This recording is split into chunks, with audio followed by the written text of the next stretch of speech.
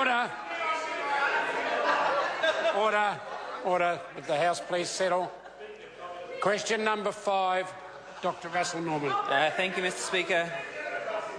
My question is to the Minister of Finance and asks, has he received any official advice since the sale of Mighty River Power on how many retail investors are expected to buy shares in Meridian Energy? If so, what is the forecast for the number of retail investors in Meridian Energy? Honourable Bill English. Order. Mr. Speaker, no, there is no official forecast, and in any case, the number would be difficult to predict. This government has confidence in New Zealanders' ability to examine the information about investing in Meridian and to make up their own minds about where to invest. It's a good thing that they now have greater choice as to where they put their savings, and we will be happier getting money from New Zealand retail investors than getting it from the foreign bankers for whom that member advocates. Supplementary. Supplementary question, Dr. Russel Norman. Thank you, Mr. Speaker. So is the Minister telling us that he proposes to sell billions of dollars in public assets without any knowledge of how many Kiwis are likely to buy them? Honourable Bill English. Well, Mr. Speaker, as I said, there's no prediction or forecast for the number of retail investors, but it's likely that they will look at the information presented through the offer document, which has to be factual and transparent, and make up their own minds. If you can use Mighty River Power as a yardstick, then there was 113,000 investors took part in the public pool there, and there may well be more take part in the Meridian pool. Either way, we hope to replicate the experience of Mighty River Power, where we got $1.7 billion in the bank Friday 2 weeks ago, whereas that member would have either printed the money or got it from foreign bankers. Point of order, Mr. Speaker. Point of order, Dr. Russel Thank you, Norman. Mr. Speaker. These have been two very straight questions. The first one was on notice, was a very straight question. The Minister used both his answers to attack me as the questioner. I don't see why you're not ruling those answers or those parts of the answers out of order. How are they relevant? I don't think the answers in any case were attacking the member.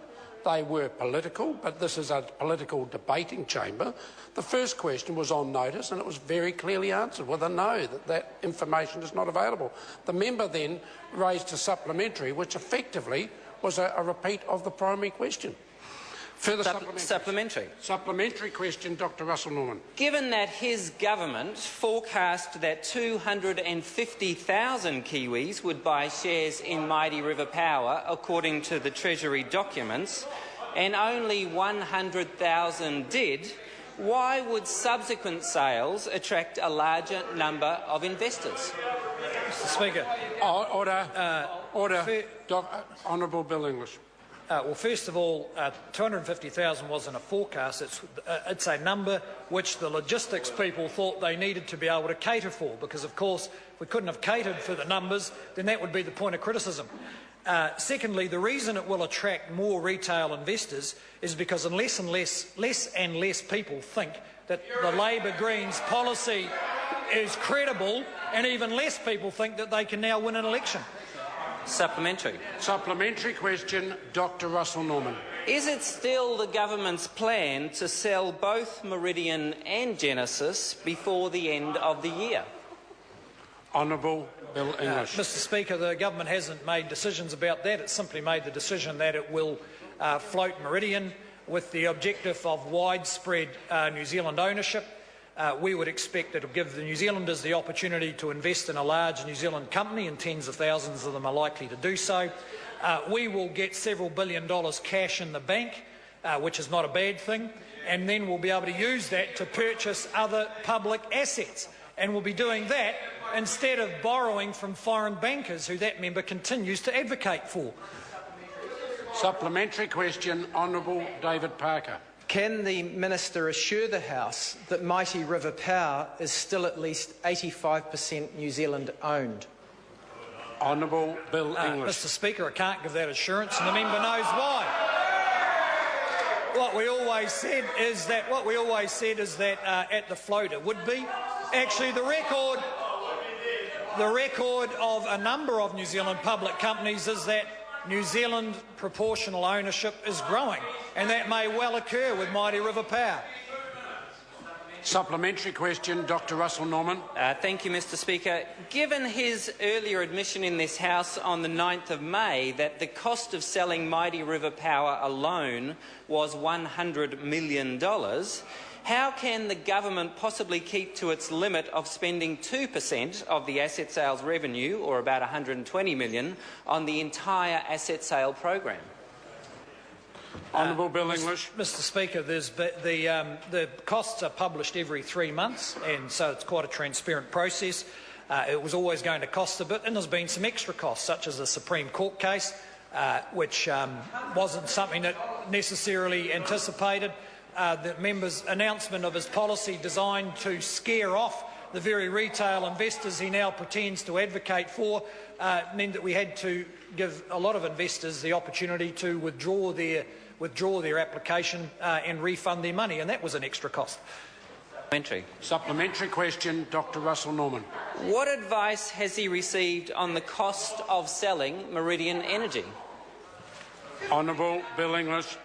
Mr. Speaker, I don't know if I've received specific advice on that, but we have said that the program will cost 1 to 2% of the proceeds of the whole program. We believe that's a cost worth incurring in order to give New Zealanders the opportunity to invest in large New Zealand companies rather than borrow the money off foreign bankers, as the opposition seem to want us to do. Supplementary question. Supplementary question, Dr. Russell Norman. So, to recap, is the Minister telling us that he has no idea how many retail investors are likely to buy Meridian Energy? He has no idea how much it will cost to sell Meridian Energy, and the whole failed asset sale program is just on a wing and a hope? Honourable Bill English. Mr. Speaker, no, that is not the case. But I would anticipate now that the member has indicated he is keen to see widespread New Zealand ownership rather than narrowly based New Zealand ownership, that he will be in full support of getting the mums and dads interested in investing and not try to stop them as he did last time.